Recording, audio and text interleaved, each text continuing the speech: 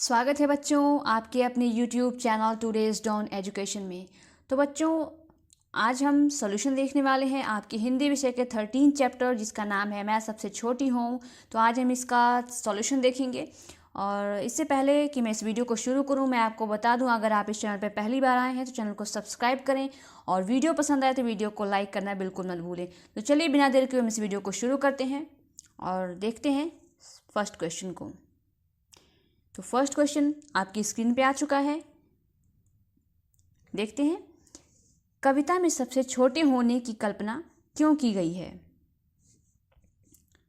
आइए देखते हैं इसका आंसर।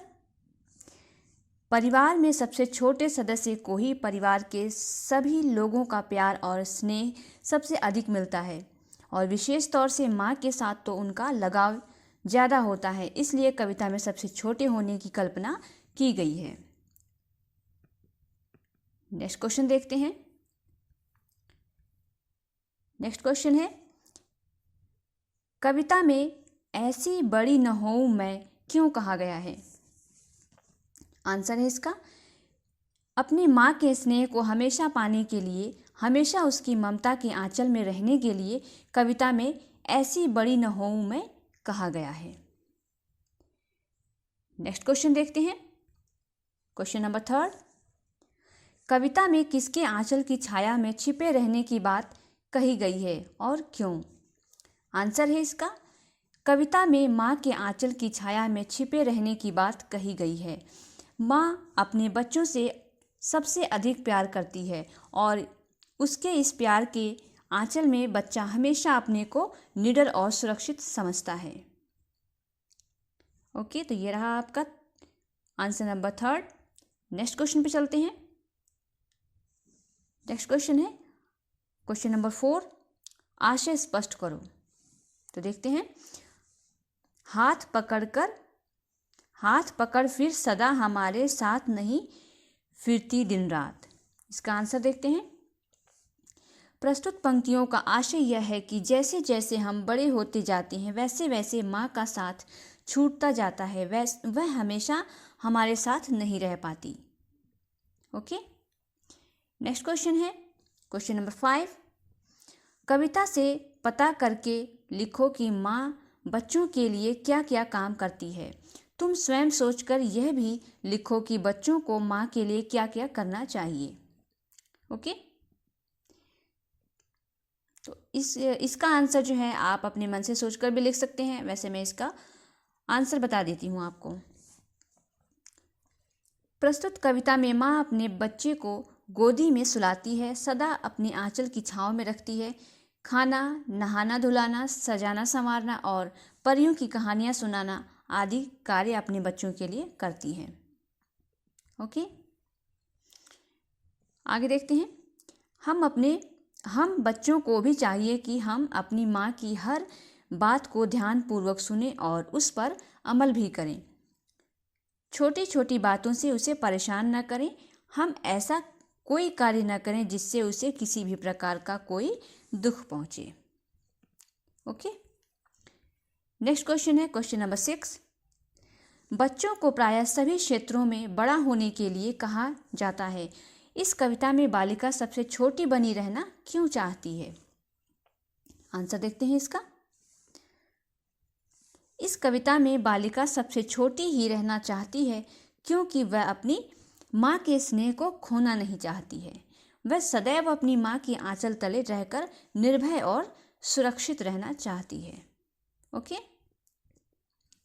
नेक्स्ट क्वेश्चन देखते हैं क्वेश्चन नंबर 7, इस कविता के अंत में कवि माँ से चंद्रोदय दिखा देने की बात क्यों कर रहा है? अनुमान लगाओ और अपने शिक्षक को सुनाओ। तो देखते हैं इसका आंसर। नन्हे बच्चे नादान और अबोध होते हैं। अबोध मीन्स होता है उन्हें ज्ञान नहीं होता है। उनके लिए उनकी माँ सब कुछ होती है। उन्हें लगता है उनकी माँ संसार के सारे कार्य कर सकती है, इसलिए उन्हें आसमान के सूर्य, चांद और सितारे मांगने में ज़रा भी हिचकिचाहट नहीं होती है। ओके, नेक्स्ट क्वेश्चन देखते हैं क्वेश्चन नंबर 8, पकड़ पकड़ कर की तरह नीचे लिखे शब्दों को पूरा करो और उनसे वाक्य भी बनाओ। तो क्या क्या लिखा है इसमें? छोड़, बना, फिर, खिला, पूछ, थमा, सुना, कह, दिखा, छिपा। तो इसमें हमें पकड़ पकड़ की तरह शब्द बनाना है। तो चलिए देखते हैं इसका आंसर। छोड़, इसका होगा छोड़कर। और वाक्य में प्रयोग करते हैं इसको, मोबाइल पर खेलना छोड़कर पढ़ाई पर ध्यान दो। नेक्स्ट है बना, तो इसमें इसका आंसर क्या होगा? बनाकर। वाक्य में प्रयोग देखते हैं इसका, अक्षरों को बनाकर लिखो। नेक्स्ट है फिर, इसका वाक्य क्या बनेगा? फिर कर। और वाक्य में प्रयोग, घूम फिर कर तुम्हारी बातें मुझ पर ही आकर ठहरती हैं। अगर आप चाहते हो कि किसी और तरह से इसका वाक्य में प्रयोग करो तो वो भी आप कर सकते हो। ठीक है, वैसे मैंने आपके लिए ये तैयार कर रखा है। नेक्स्ट है खिला, इसका होगा खिलाकर। खिलाकर माँ बच्चे को खिलाकर अपने अन्य काम करने लगी। नेक्स्ट है पोंछ, इसका होगा पोंछ कर। मैंने पसीना पोंछकर रुमाल जेब में रख दिया। ओके। नेक्स्ट है थमा, इसका होगा थमा कर। पोस्टमैन लिफाफा थमा कर चलता बना। नेक्स्ट है सुना, तो इसका होगा सुनाकर। कक्षा में शिक्षिका जरूरी सूचना सुनाकर चली गई। नेक्स्ट है कह, तो इसका होगा कहकर। तुम मुझसे कहकर तो देखते। नेक्स्ट है दिखा, तो इसका होगा दिखाकर। राहुल अपना परिणाम पत्रक दिखाकर रोने लगा। ओके। नेक्स्ट क्वेश्चन है क्वेश्चन नंबर 9। इन शब्दों के समान अर्थ वाले दो दो शब्द लिखो। शब्द कौन से हैं? हाथ, सदा, मुख, माता और स्नेह। समान अर्थ वाले दो दो शब्द लिखने हैं। तो यहाँ देखते हैं इसका आंसर। हाथ का पर्यायवाची क्या होता है? कर और हस्त। नेक्स्ट देखते हैं सदा मीन्स हमेशा और निरंतर। मुख, तो इसका होगा मुंह और आनंद। माता, इसका होगा माँ और जननी। स्नेह, इसका पर्यायवाची होगा प्रेम और प्यार। नेक्स्ट क्वेश्चन देखते हैं क्वेश्चन नंबर 10। कविता में दिन रात शब्द आया है। तुम भी ऐसे 5 शब्द सोच कर लिखो जिनमें किसी शब्द का विलोम शब्द भी शामिल हो और उनके वाक्य बनाओ। तो चलिए इसका आंसर देखते हैं।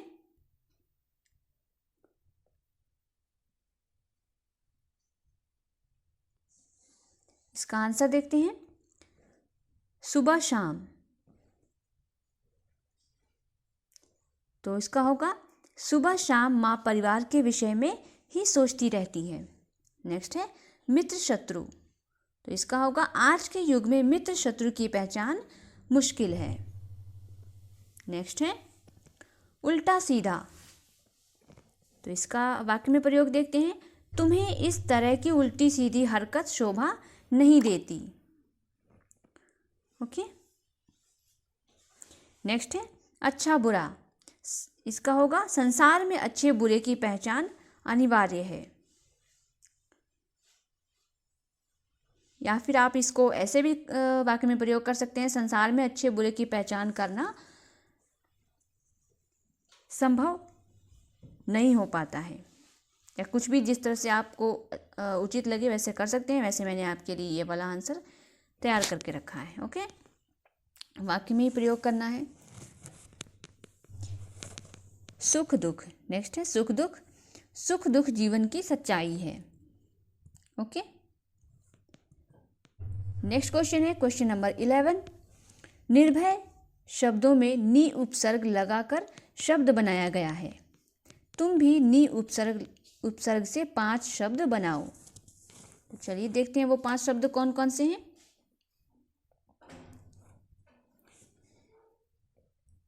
पांच शब्द हैं निडर, निरोग,